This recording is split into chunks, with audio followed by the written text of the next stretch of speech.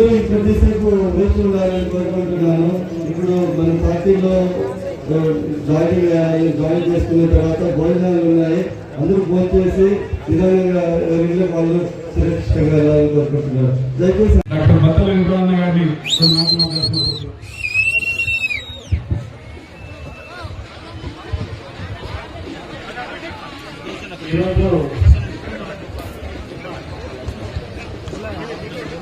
ఈరోజు ఈ పెదపల్లి ఊళ్ళో మన హరీష్ రావు గారు ఏర్పాటు చేసినటువంటి ఈ సభకు పెద్దలు మంత్రివర్యులు పెద్దరెడ్డి రామచంద్రారెడ్డి గారికి ఎంపీ గారు శాంతమ్మ చేసిన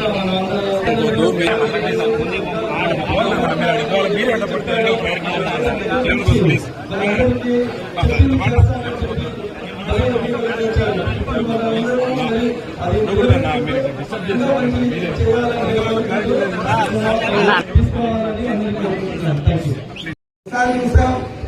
2014లో రెండోసారి చూసాం.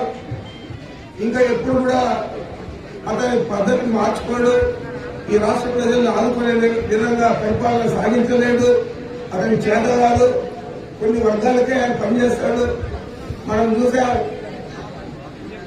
ఏదైనా ప్రభుత్వంలో ఆయన అధికారంలో ఉన్నప్పుడు గ్రామాలలో గ్రామానికి ఒక జన్మభూమి సభ కమిటీ ఉండేది. ఆ కమిటీ సభ్యులంతా తెలుగుదేశం వారే. వారు ఇచ్చేది ఏదైనా ఒకటోరే ఇల్లు కానీ పెన్షన్ కానీ ఇస్తే అది కేవలం మా పార్టీ కార్యకర్తలకు నాయకులకు ఇచ్చేవారు తప్ప సామాన్య ప్రజలకు ఇవ్వడం లేదు, ఇవ్వలేదు. గతంలో మనం చూసాం. ఈరోజు ఆ విధంగా లేదు. పరిపాలన అంతా మన గ్రామానికే వచ్చింది. సచివాలయ వ్యవస్థ తీసుకొచ్చాం. మన గ్రామంలోనే సచివాలయంలో మన పిల్లలే 10 మంది దాకా పనిచేస్తూ ఉన్నారు. ఏ శాఖకు అందులో పనున్నా కూడా మనం సచివాలయానికి వెళ్తేనే అన్ని పనులు అయ్యే విధంగా గ్రామంలోనే ప్రభుత్వ పాలనంతా కూడా సాగుతా ఉంది. ఈరోజు జన్మభూమి కమిటీలు లేవు. కేవలం పేదరికాన్ని కొలబద్దగా తీసుకొని పేదలందరికీ అర్హులైన వారికి కులం చూడకుండా మతం చూడకుండా మా ఓట్లేసారా లేదా అని చూడకుండా మీరు తెలుగుదేశం వాళ్ళని కూడా చూడకుండా పేదలు అర్హులైన పేదలందరికీ అన్ని సంక్షేమ పథకాలు అందిస్తా ఉన్నారు. మరి ఈ విధమైన పాలన గతంలో మనం చూసామని అడుగుతా ఉన్నాను. మీరు కూడా 1978 నుంచి ప్రత్యక్ష రాజకీయాల్లో ఉన్నారు. అప్పటి నుంచి ఇప్పటిదాకా ఎంతో మంది ముఖ్యమంత్రులు చూశారు.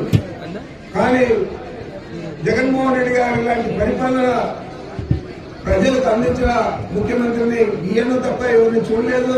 రాబోయే రోజుల్లో కూడా జగన్మోహన్ రెడ్డి గారు తప్ప ఇలాంటి పరిపాలన ఎవరు కూడా అందించలేదని కూడా మీకు మనవి చేస్తా ఉన్నాను. అన్ని రకాల అభివృద్ధి కార్యక్రమాలు కానీ సంక్షేమ పథకాలు కానీ పూర్తి స్థాయిలో చేశారు. మీరు తెలుగుదేశం పార్టీ వాళ్ళంతా అంటారు ఎక్కడ అభివృద్ధి ఎక్కడుంది, రోడ్లు ఎక్కడున్నాయి అని చెప్పి. ఎందుకు ఈరోజు నాడు నేడు కింద మన పాఠశాలలన్నీ ఆధునీకరించాం. 27,000 కోట్లు ఖర్చు చేస్తాం.